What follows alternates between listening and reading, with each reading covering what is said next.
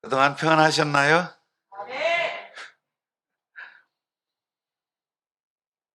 사실은 여기 오자마자 이 정 목사님과 여러분들 만나고 싶은 마음에 빨리 오려고 했지만 그렇지 못해서 너무 죄송합니다.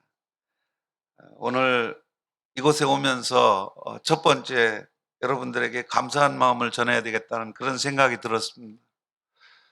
사실은 제가 혼자 인도네시아에 있는 것이 아니라 이 중심교회 정 목사님과 여러분들이 함께 있음을 인하여 힘이 되고 또 이것이 하나님 나라의 큰 상급이 될 것이라 생각이 되어서 여러분 모두에게 감사를 드립니다. 두 번째는 지나온 날들이지만 여러분들이 드린 귀한 생명의 물질이 또 여러분들이 기도한 것들이 인도네시아 땅에서 아름답게 씨 뿌려지고 열매 맺어가고 있다는 것을 인하여 여러분들에게 감사를 드립니다. 차차 말씀드리겠지만 여러분들이 특별히 한 사람을 선택해서 그동안 기도해 왔는데 우리 오토가 내년 9월이 되면은 신학교를 졸업하고 목사가 되고 자기 고향에 돌아가 이제 자기 족속을 살리는 일에 아름답게 귀하게 쓰일 것을 인하여 감사를 드립니다. 그 아이는 이곳에 한번 다녀갔지만 지금까지 어떻게 학비가 이렇게 지급이 되어 있는지를 잘 모를 겁니다. 제가 한 번도 우리 중심교회에서 보낸 것으로 인해서 내가 공부를 하고 있다 이런 얘기를 하지 않았습니다. 아마 끝날에 제가 그런 얘기를 할 것입니다. 네가 우연인 것 같이 생각하는 그 일에도 많은 사람들이 너를 위하여 기도했고 눈물을 뿌렸고 그 사랑의 씨앗이 너를 오늘 이곳에 있게 한 것이다라고 제가 이야기를 나눌 것입니다. 물론 모든 것이 하나님의 그러한 섭리 가운데서 이루어진 것이지만 여러분들의 사랑이 결코 헛되지 않은 것을 오늘 말씀을 드리고 싶습니다. 사실 오늘은 여러분들에게 지난 6월 6일부터 7월 7일까지 2주 동안 우리가 알만탄 선교 갔다 온 이야기를 근거로 해서 오늘 말씀을 좀 나누려고 합니다. 두 가지 영상을 준비했는데 하나는 우리 딸내미가 만든 영상인데 아주 짧은 그런 영상이고요. 또 하나는 파워포인트를 만들었는데 그건 우리 인도네시아 우리 소망의 집 보무가 만드는 것입니다. 한번 인도네시아 말도 배우면서 제가 설명을 드리고 그리고 이 일을 통해서 역사하신 하나님을 증거하겠습니다. 잠깐 영상을 먼저 보도록 할까요?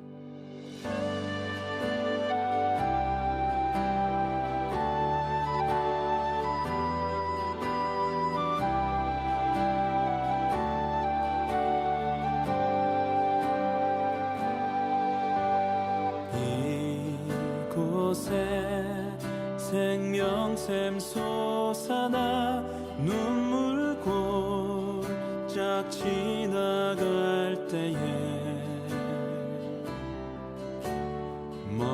머잖아 열매 맺히고 웃음소리 넘쳐나리라.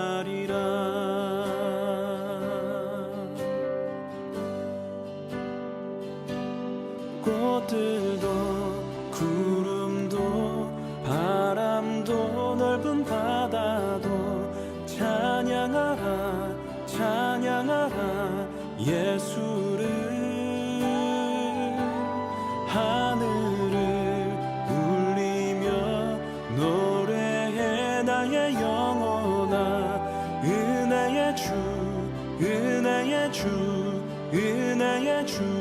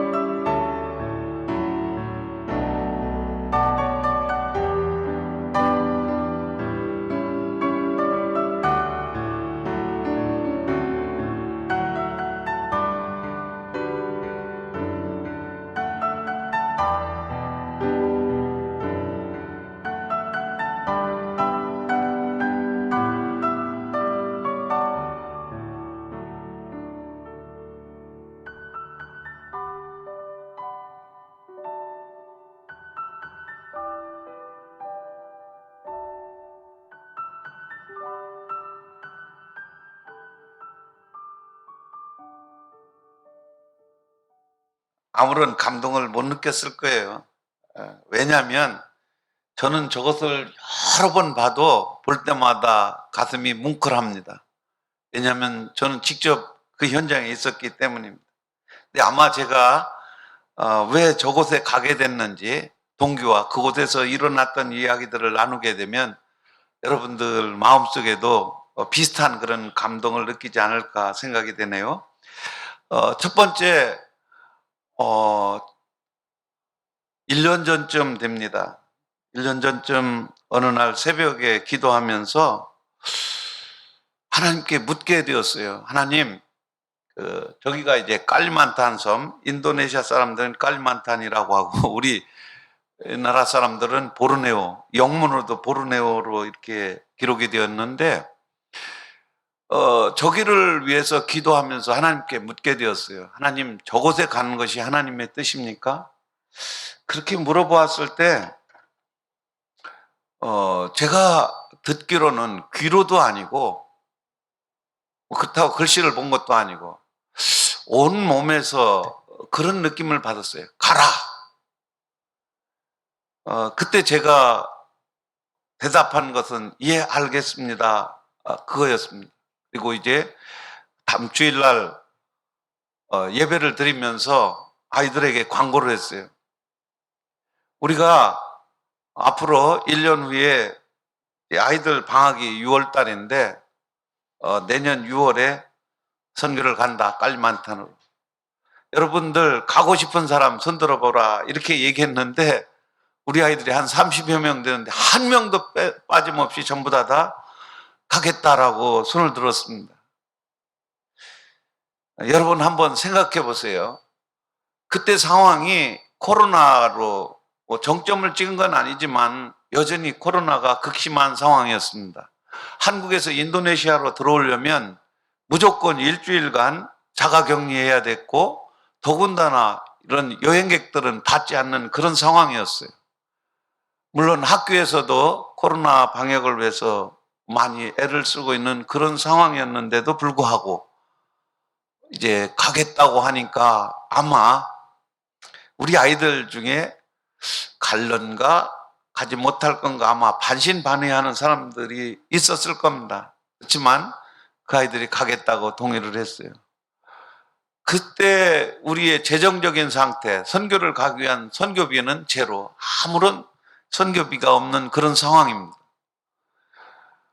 이런 상황 가운데서 이제 하나님께서 가라고 했기 때문에 훈련은 그 이전부터 시작이 됐지만 거의 매일 오후 3시가 되면은 아이들이 30분에서 1시간 동안 워십과 찬양과 그리고 드라마와 그곳에 이제 가서 전할 개인 전도 훈련을 시작했습니다.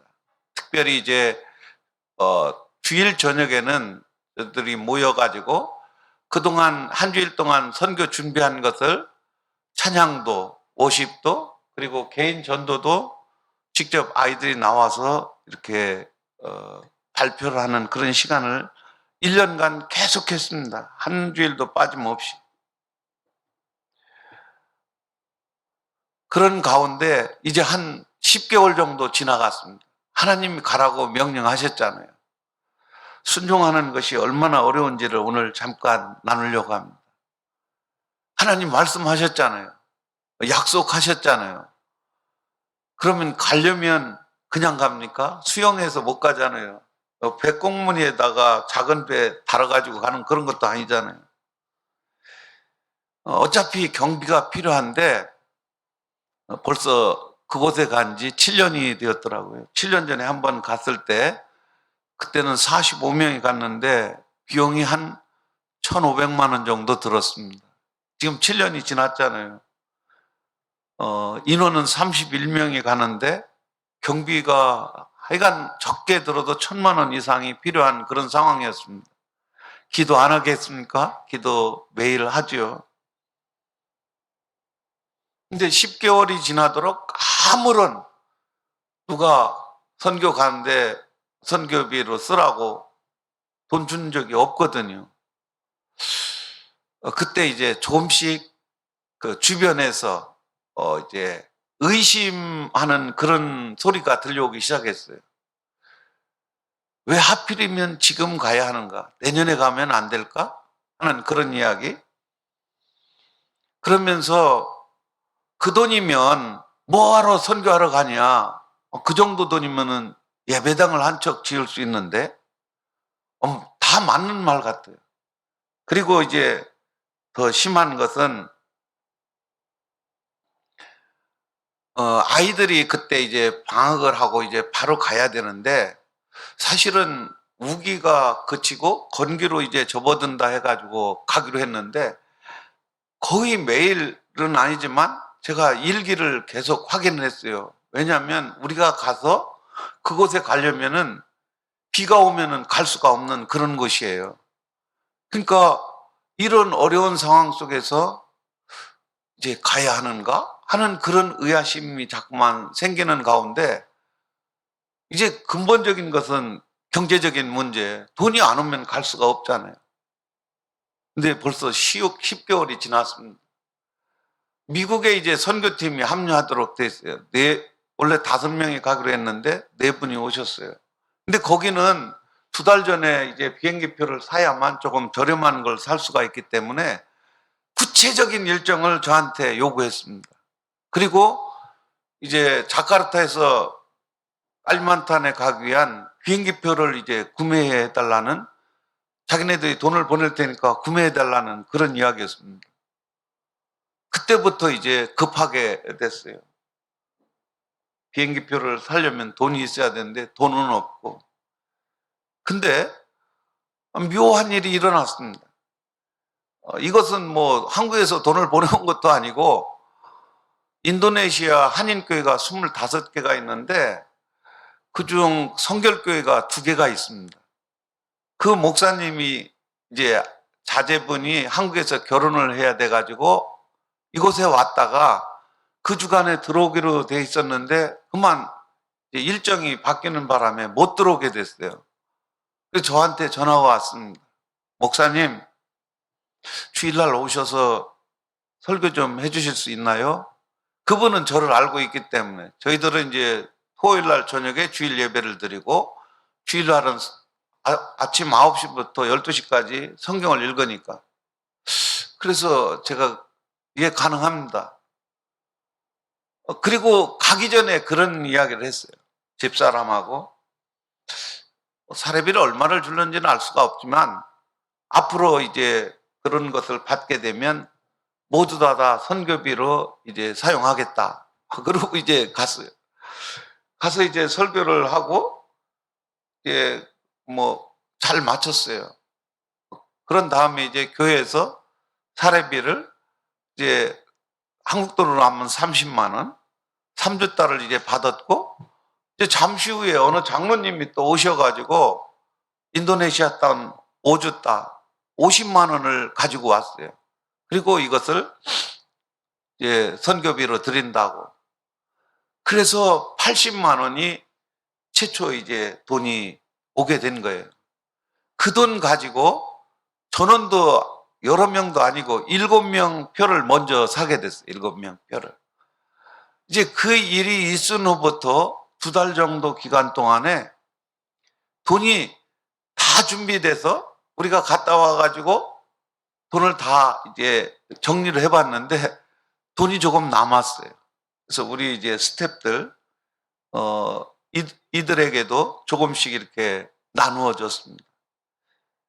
이제 오늘 말씀드리려고 하는 것이, 하나님께 순종을 하더라도 가라고 말씀하셨어요. 그리고 이제 순종을 하는 길이 얼마나 어렵냐면, 첫 번째는 다른 외부가 문제가 아니라 우리 자신들 속에 자꾸만 의심이 생긴다는 거예요. 저에게도 그렇고 제 아내도 그렇고 우리 아이들에게도. 뭐냐면 이것이 눈으로 보이는 것이 아니잖아요. 눈으로 보이지 않는 건데 말씀을 의지해서 따라간다라는, 그때 우리 마음속에 자꾸 의심이 가도록 주변에서 그러한 일들이 일어나는 것을 보면서, 우리의 싸움은 무슨 다른 외부에 있는 것과의 싸움이 아닙니다. 첫 번째, 우리 안에 있는 저와의 싸움이 이제 이게 참 어려웠더라. 쉬운 예로 저도 포기할 뻔했습니다. 그런데 하나님의 말씀을 계속 되뇌일 수밖에 없는 것은 기도하면 하나님께서 이렇게 말씀하셨는데 하나님께서 하실 것이다. 저는 이제 이렇게 나눴어요. 내가 해야 될 일과 우리가 해야 될 일과 하나님이 해야 될 일. 우리가 해야 될 일은 선교 가서 찬양하고 그리고 그들에게 말씀을 전해야 되고 이런 것들은 우리가 해야 될 일이다. 그러니까 이를 위해서 우리는 열심히 준비하면 되는 것이고 돈은 어차피 하나님께서 돈을 주시지 않냐면 우리는 못 가니까 그건 하나님이 하실 일이다. 그러니까 하나님이 언제 줄는지는 모르지만 하여간 하나님께서 가라고 했기에 그때가 되면은 돈은 오게 될 것이다라는 그냥 막연한 기대감이 아니라 주실 것이다라는 그런 마음을 가지고 한 걸음 한 걸음 갔더니 결국에는 하나님께서 그 모든 것을 다 채워주셔서 갔다 올 수 있게 되었습니다. 우리는 저와 여러분이나 뭐 똑같죠. 믿음이 있는 것 같지만 사실 믿음 없습니다. 어떤 상황이 닥쳐오면은 두렵기도 하고 의아스럽기도 하고 어떻게 해야 될까 망설일 수밖에 없는 그런 아주 연약한 존재들입니다. 근데 이런 어려움을 극복할 수 있는 길을 하나님이 주신 게 기도밖에는 다른 방법이 없다. 왜냐하면 하나님께서 말씀하셨기에 약속하셨기에 하나님께서 하실 것이다. 우리는 그 길을 그냥 따라가는 것이다. 눈에 보이지 않는다 할지라도. 사실 이번 일을 통해서 다른 사람이 뭐 은혜 받고 뭐 다른 사람이 큰 뭐 영적인 성장이 있었던 것이 아니라 저가 가장 큰 성장이 있지 않았었나 그렇게 생각이 됩니다. 사실은 제 마음속에 가기 전부터 영적인 교만이 있었습니다. 이제 조금 더 추가해서 말씀드리면 우리가 가야 될 동기가 자꾸만 생겨나는 거예요. 아, 반드시 그곳에 가야 되겠네? 그 이유 중 하나가 재작년부터 하여간 그 이전부터 그 선교지에다가 예배당을 건축하라고 몇 분이 이제 헌금을 하신 게 있었어요. 그런데 코로나 때문에 모두 다 정지된 상태였는데 그쪽은 청정지역이라는 거예요. 코로나하고는 상관없다고. 그래서 작년에 이제 한 교회가 예배당을 건축하게 됐어요. 우리가 간 4개 교회 중에 한 교회가. 그리고 올 2월부터 건축이 돼가지고 저희들 6월 달에 갈 때 이미 건축이 2개 교회가 완전히 끝난 상태였어요. 그리고 한 개 교회는 여기 우리 나림 사모하고 이상만 전도사가 처음 아르바이트인지 하여간 일을 해가지고 받은 첫 번째 봉급이 한 200만 원을 받은 것 같아요. 그 돈을 전부 다 선교지를 위해서 쓰라고 저한테 보냈어요. 근데 200만 원을 어디에 쓸 건가? 그때 이제 우리 이제 아이들, 그 깔리만탄에 사는 아이들, 그 고향 교회들이 전부 다 낡았어요. 그래서 2개는 건축을 하게 됐고 다른 한 교회는 지붕 양철을 싹 가는데 그 돈이 쓰여지게 된 거예요. 그러니까 이미 예배당이 건축되었고 그리고 예배당이 수리되었으니까 그것을 방문해서 함께 예배도 드려야 되고 그 증거를 한국에 후원하신 분들한테 그것을 알려줘야 되잖아요. 그런 목적이 이제 또 생기게 되었습니다. 이제 이거 한 가지만 하고 다른 그 파워포인트를 보면서 설명을 드리려고 하는데 사실 그 깔리만탄에서 온 아이들이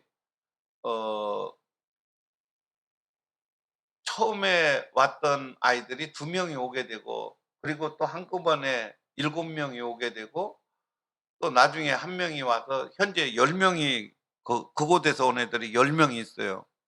근데 이 아이들이 처음부터 지금까지 고향을 안 가본 애들이 3년 동안 중학교 1학년 때부터 졸업을 이제 마쳤는데 한 번도 고향에 가본 적이 없어요. 뿐만 아니라 부모가 그곳에 와본 적도 없고 그 부모에 대한 그리움이 상당히 컸어요. 그래서 이제 그 아이들 고향 교회에 가서 이 아이들이 성장한 모습을 좀 부모님들에게 또 친구들에게 보여주고 싶은 그런 마음이 있었어요. 아이들은 부모님을 보고 싶은 그리움. 저는 이제 그 아이들이 3년 동안 이 아이들이 어떻게 성숙되었는가를 보여줌으로 그 부모나 또 친구들에게 어떤 그 영적인 그런 동기들을 부여해 줄 수 있지 않을까 하는 그런 마음에서 이제 가게 되었습니다. 이제 여기까지 동기라든가 왜 거기를 가게 됐는지 이제 이런 마음을 가지고 한번 이제 파워포인트를 띄워가면서 설명을 드리겠습니다. 이 내용은 많은데 사실 시간적인 벌써 12시가 됐는데 점심 먹을 시간이 점점 가까워 가지고 짧게 말씀드리고 사실 오늘 읽은 본문을 가지고 우리들이 이제 선교해야 되잖아요. 전도해야 되잖아요. 그럼에도 불구하고 우리가 하고 있는 일이 무엇이 조금 잘못되었는지 말씀을 통해서 좀 도전받고 깨닫고 그런 시간을 갖고 싶습니다. 영상을 좀 보여주세요. 어, 우측에 상단에 있는 것이 여러분들이 보기에 인도네시아 지도입니다. 그리고 이제 그 하늘색으로 표시되어 있는 곳이 보르네오 섬, 깔리만탄 섬입니다. 우리가 이제 가게 된 여기 주제가 있었는데 그 주제, 그 테마가 뭐였냐면 여호와께로 돌아가자라는 내용입니다. 근데 이제 여호와께로 돌아가는데 그분들 중에 예수님을 믿지 않는 사람들이 많으니까 그분들이 예수 믿게 하는 것. 이번 선교 여행의 초점은 예수 믿지 않는 사람들이 예수 믿게 하는 것. 그곳에 이제 초점을 맞췄습니다. 넘겨주세요. 저기에 보면은 조금 그 불그스름하는 지도가 이제 깔리만탄입니다. 그 깔리만탄까지 자카르타에서 깔리만탄 그 보르네오 섬 폰티아나까지 가는데 비행기로 1시간 반 정도 걸리고 그리고 그 폰티아나에서 우리 아이들이 사는 고향 마을까지 가는데 어, 버스로 6시간 그리고 내려서 길이 이제 안 좋아가지고 저 위에 있는 차 그게 트라다라고 하는데 사륜부동입니다. 우리나라 차하고는 다른데 바퀴가 우선 크고 짐 실는 공간이 아주 짧습니다. 그곳에 이제 짐을 싣고 이제 2대로 우리가 이동했는데 30명이 저기에 나눠 타고 가게 됐습니다. 그리고 이제 갔던 지역 명칭은 여러분들의 소개를 해줘도 좀 그럴 것 같아서 그냥 보시고 넘어가겠습니다. 넘겨주세요. 가는 길이 참 험했습니다. 여기 이제 오토바이 세워진 좌측 하단에 이제 오토바이 세워진 그것을 클릭하게 되면 길이 어떠했는지를 볼 수가 있는데 나올라나요? 한번 클릭 한번 해보세요. 되네.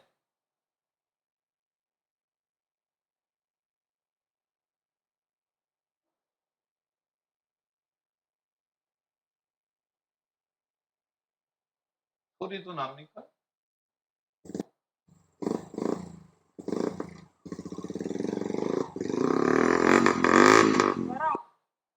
차는 뭐 도저히 이렇게 일반 차량은 갈 수가 없고 저 우측에 있는 그 우측 하단부에 있는 저 차만이 저기를 갈 수가 있어요. 근데 저희들이 이제 한 달 전부터 제가 그런 기도를 했어요. 하나님, 저곳에 가려면 이제 저는 이제 걸어갈 생각 가지고 하고 있었으니까 뭐 안 되면은 신발 벗고 바지에 올리고 저기를 이제 걸어가야 된다라는 생각을 했어요. 그런데 더 좋은 건 하나님께서 기후를 일기를 조정해 주셔서 저희들이 가기 전 15일 그리고 끝나고 돌아올 때까지 15일 한 달 동안만 비가 좀 안 왔으면 좋겠습니다.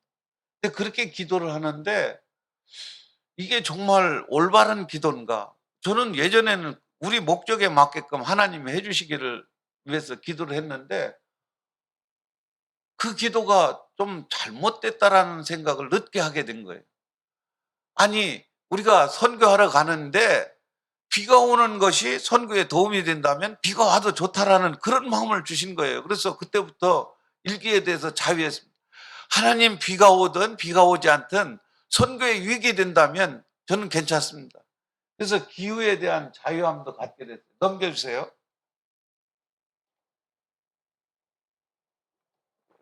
지금 저희들이 갔던 4개 교회에 하나님 보너스로 2개 교회를 더 갔다 오게 됐는데, 저 황색 저 교회는 우리 이제 사모님 중 한 분이 3년 전쯤에 1,000만 원을 예배당을 건축하는 데 이제 헌금을 했어요. 근데 한 2년 지나도록 공사도 안 돼 있고, 그러니까 저가 너무 부담스러웠어요. 그분에 대해서. 뭐라고 변명할 게 없잖아요. 코로나 기간에서 못했다. 근데 저기를 이제 작년 11월 달에 방문을 하게 됐는데, 가보니까 천정이 뭐 구멍이 이제 뚫어가지고 양철이 낡아가지고 하늘이 보일 정도로 그런 상황이에요. 그리고 이제 뭐 벽체도 이렇게 금이 갔고, 바닥은 뭐 그냥 콘크리트 바닥이고. 그래서 그 목사님하고 얘기를 하겠다 하지 않겠다가 아니라, 이분들이 이 건축에 대한 생각을 하고 있는지. 근데 그분들 그 믿음이라고 해야 되나, 생각이라고 해야 되나, 여러분들은 1,000만 원이 큽니까 작습니까? 아마 여러분들 생각에 예배당 건축하는데 1,000만 원이 크게 느껴지지 않을 거예요. 이분들은 정말 거금이었습니다. 저도 그분들이 거금이라는 걸 못 느꼈는데, 아무튼 이제 1,000만 원을 받아가지고 가지고 있으면서 너희들이 이 예배당 건축하는데 돈이 얼마가 되는지 계산해봐라 했더니 600만 원을 계산해서 보냈어요. 그러니까 그래? 600만 원 가지고 한번 해봐. 600만 원을 보내줬거든요. 600만 원 가지고 건축할 수 있습니까? 저 예배당 600만 원 주고 건축을 했는데, 그러니까 꼭 사야 되는 재료, 양철 같은 거, 그리고 벽돌 같은 거, 세멘 이런 것들은 다 샀고요. 나머지 저기 이제 나무라든지 인건비라든지 모래나 자갈 이런 것들은 그 주변에서 자기들이 다 채취해 온 거예요. 그러니까 인건비 안 들어가죠. 그리고 이제 그 나무 같은 거 또는 이제 그 모래 자갈 이런 것들이 안 들어가서 건물은 다 건축을 했어요. 근데 건축을 다 했다고 저한테 사진을 보내왔는데 벽체에 세멘만 발라 있는 거예요. 페인트도 전혀 안 돼 있고, 외부가. 그리고 바닥은 그냥 콘크리트 바닥 그대로예요. 이게 공사 완료됐다라는 거예요. 아니야, 이렇게 해가지고 한국에 보냈다가는 내가 창피하다. 이거 안 되니까 페인트 빨리 칠하고 바닥에 타일 깔어.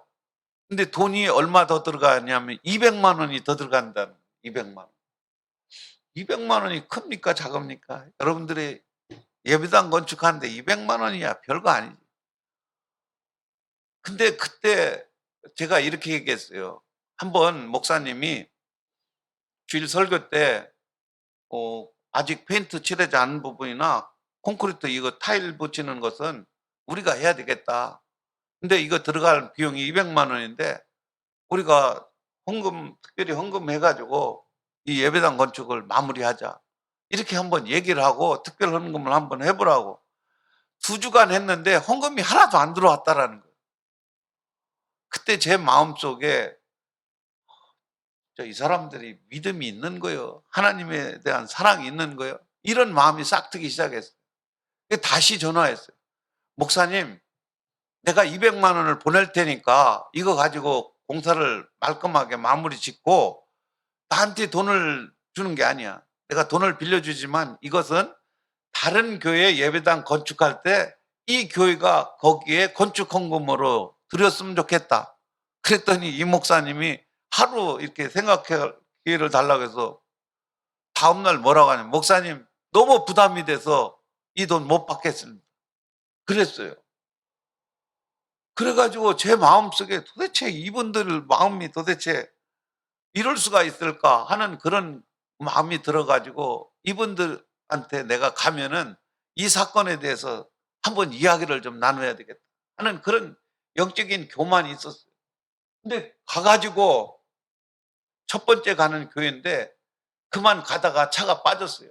진흙탕길에 빠졌는데 30명이 다 내렸어요. 그리고 짐도 다른 차로 다 옮겼어요. 내려 가지고 밀기를 했는데 밀어도 잡아당겨도 안 되고, 그래 가지고 앞에 차를 이제 쇠줄을 연결해 가지고 끌어도 안 나와. 뒤에서 당겨도 안 되고. 근데 놀라운 것은 벌써 밤 10시 쯤부터 시작해서 12시 2 시간 정도 경과를 했는데 저희들도 뭐 옷이 전부 다 흙투백이고, 근데 그 마을 주민들이 나오기 시작했어요. 몇 가구 안 되는데 다 나와 가지고 도와주고, 그 교회 우리가 가려고 한 저 교회 교인들이 이미 오토바이 타고 나와 가지고 만나서 이제 가는 도중에 저렇게 됐는데 이분들이 한 명도 돌아가지 않고 그곳에서 함께 저 차를 끄집어내는 일에 1 시간 정도 지나면서 왜 우리가 기도 안 했겠어요? "하나님, 차가 빨리 나와서 좀 배도 고프고 그때까지 밥을 안 먹었으니까 이 차가 좀 빨리 나왔으면 좋겠습니다." 했는데도 이게 안 되는 거예요. 그래 이제 한 차를 먼저 보내 놓고 그리고 다시 돌아와서 나머지 사람들 태우고 가면 이 차는 뭐 다음 날에도 끄집어내면 되니까. 근데 그 운전수가 뭐라고 하냐면 "난 이 차가 나올 때까지 함께 일을 하겠다."라는 거예요. 그때 참 마음이 찡했습니다. 나는 목사인데 자기 친구가 차가 저렇게 빠져 있으니까 '나 혼자 먼저 가겠다.'라는 그런 생각을 안 하고 차를 빼서 함께 가겠다라는 그 생각. 그것이 제 마음을 찔렀고 결국은 이제 차가 빠져나와 가지고 가는데 그 교회 성도들이 좌우측 길에 이제 산길이죠. 거기에 헤드라이트를 이렇게 비춰 가면서 이리 가라고, 이리 가라고 우리한테 비춰 주는 거예요. 그 인제 그 늦은 시간에 교회에 이제 도착해서 짐을 내려놓고 그곳에서 기도하는 동안 제 마음속에 있었던 이 성도들의 믿음 없음과 헌신하지 않은 이런 것들이 제가 머리로 판단했던 이런 것들을 다 내려놓고 '하나님, 제가 정말 어리석고 믿음 없고 함부로 판단했던 거.' 그 회개하고 나서 이제 그다음 날부터 선교 활동이 시작이 되는데 하나님이 한없는 은혜를 베풀어 주셔 가지고 쪼끔 빨리 넘기겠습니다. 한 5분 동안에 그냥 넘겨 주세요. 그 교회에서 이제 일어났던 일들입니다. 넘겨 주세요. 사실 이제 이번에 선교는 제가 한 일은 별로 없습니다. 아이들이 선교하도록 이렇게 도와준 것, 그리고 이제 아이들이 선교를 했어요. 예배 시작부터 아이들이 찬양했고 워십했고 간증을 했고, 그리고 이제 그 개인 전도를 통해서 복음을 전했는데 제가 저기서 크게 느낀 것은 이거였습니다. 아이들이 어 그러니까 중학교 1 학년 오기 전까지의 그 시골에서 살았던 그 삶, 그리고 이제 그곳에서 이제 우리로 얘기하면은 주일 학교에서 신앙생활 했던 그런 것들을 이 아이들이 간증을 하게 됐어요. 근데 그 간증이 부모와 그 교회 성도들과 그리고 목사님 친구들이 있는 곳에서 간증을 하는데 그 내용들이 이런 내용입니다. 주가 첫 번째, 그 당시에는 이것이 죄인 줄 몰랐다라는 거예요. 어떤 내용이었냐면 헌금함이 이렇게 돌아갈 적에 헌금을 했어요. 근데 헌금을 하고 그리고 헌금을 놓고 이렇게 맨손으로 나와야 되는데 그 헌금을 다시 들고 와 가지고 친구들하고 어울려서 이제 구멍가게 가서 맛있는 걸 사 먹었다는 거예요. 이것이 그때는 재미도 있었고 전혀 죄인 줄 몰랐는데 여기 와 우리 소망의 집에 와서 성경 읽고 기도하면서 말씀을 들으면서 이것이 참 잘못된 죄라는 것을 그때 깨달았다라는 거예요. 그리고 또 어떤 녀석은 이제 부모가 심부름하게 되면 시골이니까 다 막걸리, 거기도 이제 막걸리 같은 그런 게 있는데 가 가지고 심부름 갔다가 그 막걸리를 이제 한 잔씩 한 잔씩 먹다가 막걸리가 많이 비니까 이제 거기다 물을 넣어 가지고 이제 부모님한테 갖다 줬던 그런 얘기들. 또 담배 피운 이야기. 거긴 뭐 담배를 어려서부터 피우니까 아버지 담뱃갑에서 빼 가지고 담배 피운 이런 것들을 전혀 죄악시 여기지 않았다가 말씀을 듣고 그리고 말씀을 배우면서 이것이 죄악인 것을 이제 깨달았고 그 아이들이 대부분 우리가 했던 일들인데 친구들과 어울려서 늦은 시간에 돌아오고 거짓말했던 이런 것들을 간증을 했어요. 자기 교회에서 꼭 간증을 그 고향 교회에서 간증을 하도록 이렇게 이제 순서를 정해서 했는데 그 엄마 아빠가 그 모습을 본 거예요. 그리고 그 담임 목사가 그 모습을 본 거예요. 아마도 우리 아이들이 그 일이 있은 후 그 간증을 한 후 다시 담배를 피울까? 다시 술을 먹을까? 다시 거짓말을 할까? 다시 헌금을 했던 걸 다시 가져올까? 아마도 저는 그렇지 않으리라 생각을 합니다. 전 그것이 그 간증의 큰 위기라 생각이 됩니다. 좀 넘겨주세요. 이제 뭐 아이들이 선교하는 그런 내용입니다. 복음정 넘겨주세요. 각 가정을 방문하면서 또 뭐 지나가는 길거리 사람들에게 그 길거리 사람들에게 이제 복음 전하는 건데 넘겨주세요. 넘겨주세요. 넘겨주세요. 넘겨주세요. 이 주일학교에서 사실은 뭐 우리 한국은 아이들 모으기가 어려운데 아무튼 그 깔리만탄에 가서 아이들이 막 바글바글 모든 교회마다 저렇게 많이 모여서 복음을 전하게 되었습니다. 넘겨주세요. 저기 이 내용이 첫 번째 까까 에르라는 것이 우리로 얘기하면은 부흥입니다.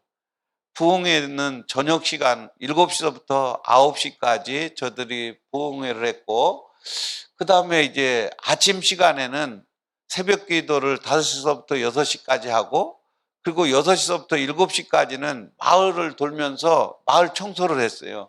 그리고 7시부터 8시까지 식사를 한 다음에 8시부터 10시까지 그 주일학교를 열었습니다. 그리고 10시부터 12시까지는 그 마을을 돌면서 가까워 방문해서 복음을 전했어요. 그리고 오후 2시간은 휴식을 취하고 그리고 3시부터 5시까지 2시간 동안은 마을 주민들과 함께 작은 운동회를 했어요.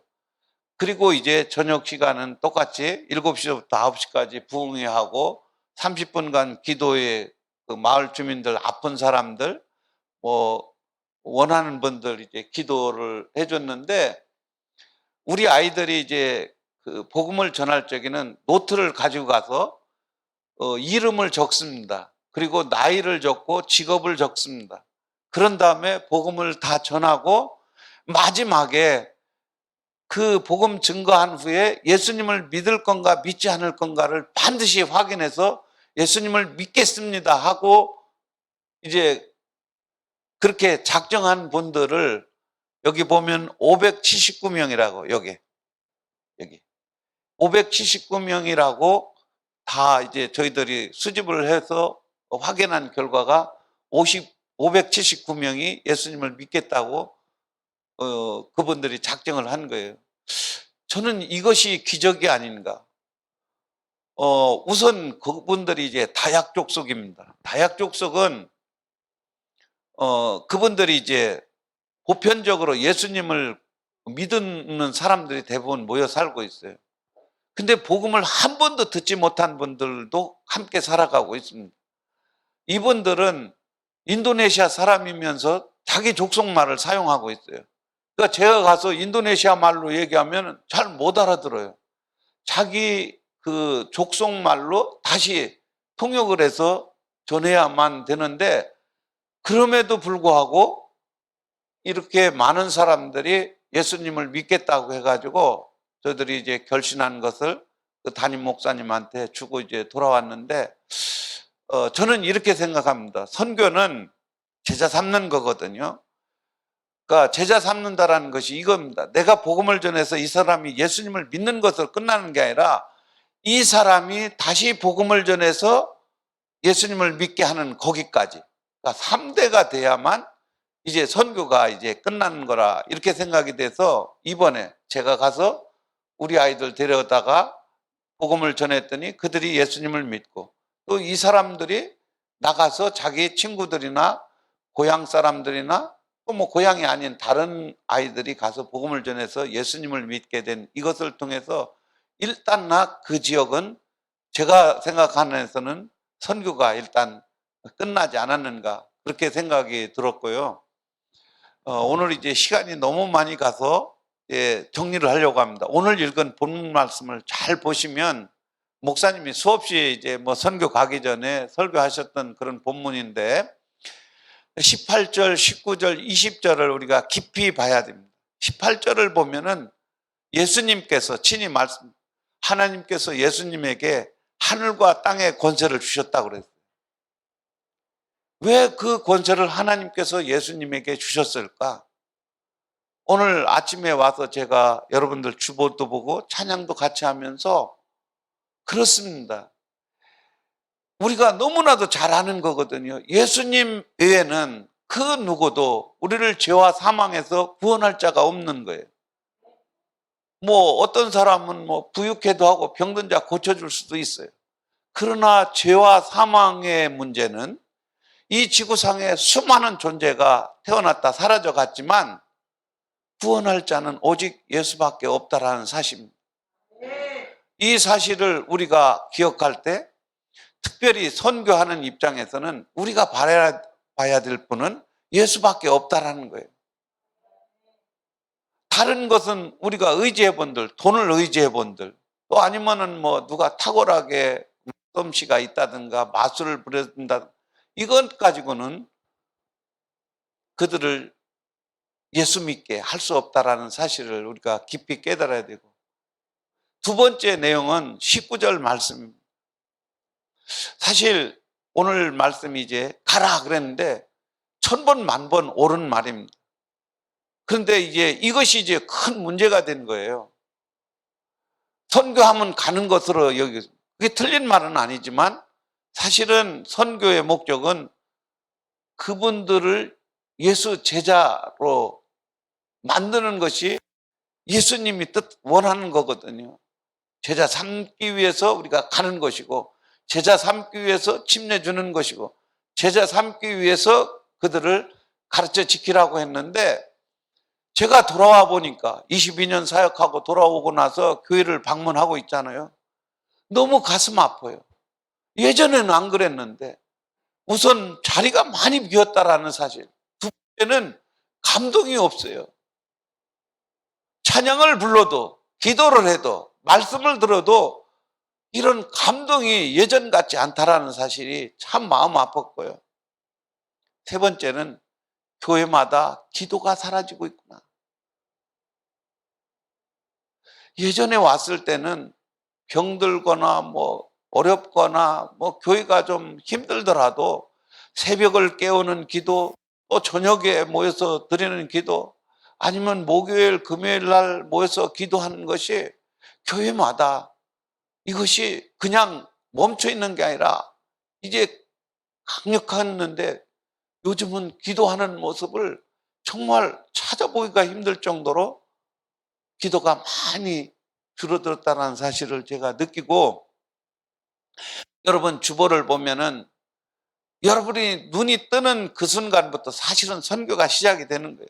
우리가 접하는 사람들, 그 사람들이 선교의 대상이다. 또 하나님께서 기회를 주셔서 뭐 해외에 나가든지 타 지역에 가서 그때도 마찬가지로 복음을 증거하는 것이고, 근데 중요한 것은 나의 삶의 현장, 그것이 지금 선교지임에도 불구하고 많은 분들에게 주의 사랑을 증거하지 못하는 이유가 어디 있을까? 이게 삶이 잘못됐다 저는 생각이 드는 것입니다. 삶이 잘못됐다. 제가 와서 많은 이야기를 듣습니다. 교회마다 어떤 고아원이든 양로원이든 방문을 해서 그분들을 돕는 프로그램들이 많은 교회도 있고 적은 교회도 있지만 대부분 그런 일을 합니다. 근데 너무 가슴 아픈 것은 자기 부모가 지금 연로한데 다 양로원에다가 갖다 놓고 나몰라라 한다는 거예요. 참 마음이 아픕니다.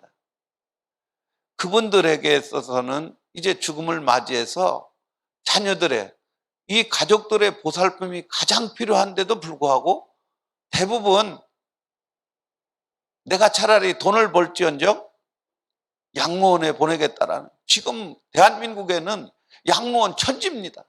도시도 그렇고 시골도 그렇고 뭐 어쩔 수 없어서 보내는 경우도 있겠지만 우리가 다시 한번 기억해야 됩니다. 내 부모를 내가 공경하지 않는데 어떻게 다른 사람이 내 부모를 공경할 것인가? 지금 우리가 해야 될 일은 세대를 거슬러 가는 거예요.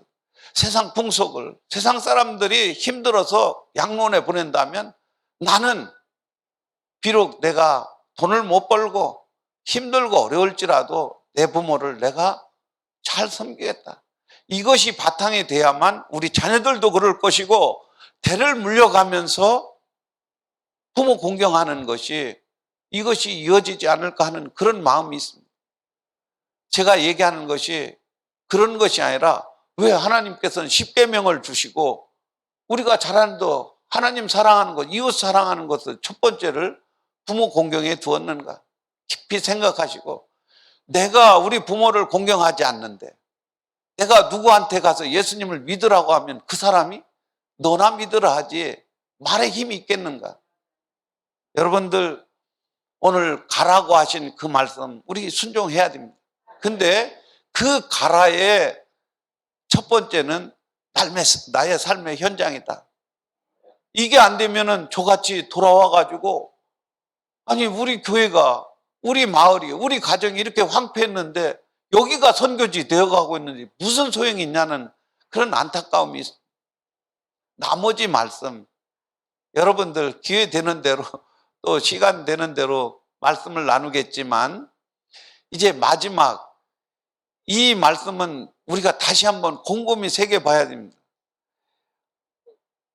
내가 분부한 것은, 그러니까 분부한 모든 것을 가르쳐 지키라 이렇게 돼 있는데 이 번역상에 뭐 틀린 것은 아닙니다. 근데 어순이 가르쳐 지키라, 이게 한국말입니다. 근데 원어상으로 보면 지키도록 가르쳐라. 가르쳐서 지키는 것과 지키도록 가르치는 것은 너무나도 차이가 있습니다. 한번 생각해 보세요. 지킬 때까지 가르치는 거예요. 그러기 위해서는 우리가 주일날 이렇게 예배 한번 드리는 것, 수요일날 한번 모여서 예배 드리는 것으로 너무너무나도 부족합니다. 예수님께서 본을 보이는 것은 왜 공동체를 하셨을까? 가끔마다 한 주에, 아니면 집중적으로 모여서 이렇게 하면 안 될까? 한번 생각해 보세요. 우리 자녀들 같이 살면서 가르치는데도 말 안 듣습니다. 문제는 사실은 아이들에게 있는 게 아니라 부모의 신앙 따라서, 내가 하나님 말씀대로 순종하면 자녀들도 그렇게 돼 있어요. 그러니까 누구 탓할 게 없습니다. 아이들 신앙이 삐뚤어진 것은 다 나의 잘못이다. 저는 그렇게 생각을 합니다.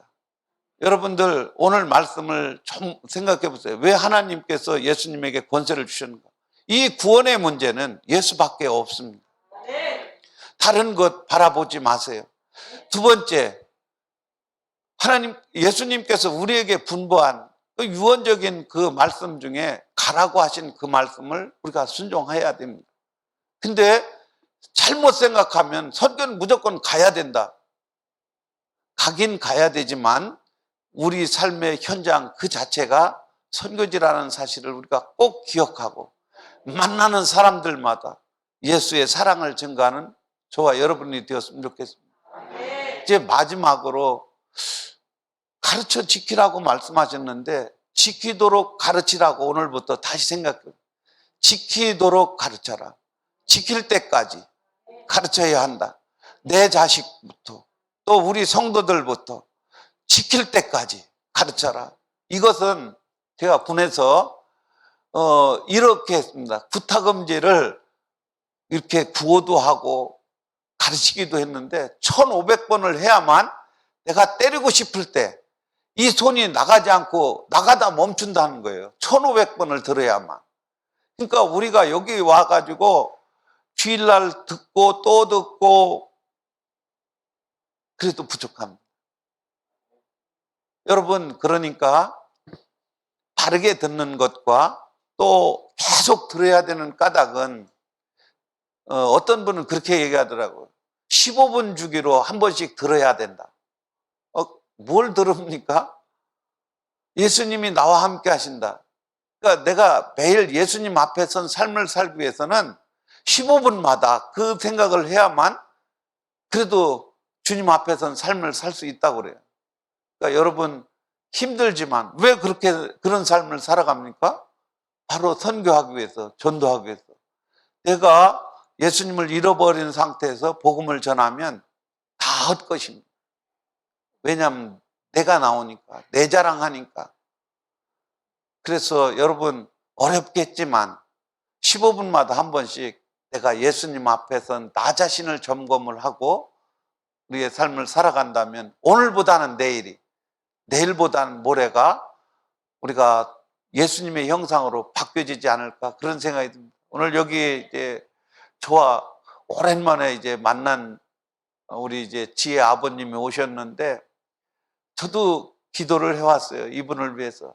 또 그 딸이 얼마나 효성이 지극한지, 아빠가 이제 심장을 이제 수술하는 그런 큰 수술을 받고 있을 때 이 아이가 저한테도 또 다른 목사님들한테 전화해가지고 아버지를 위해서 기도해달라고.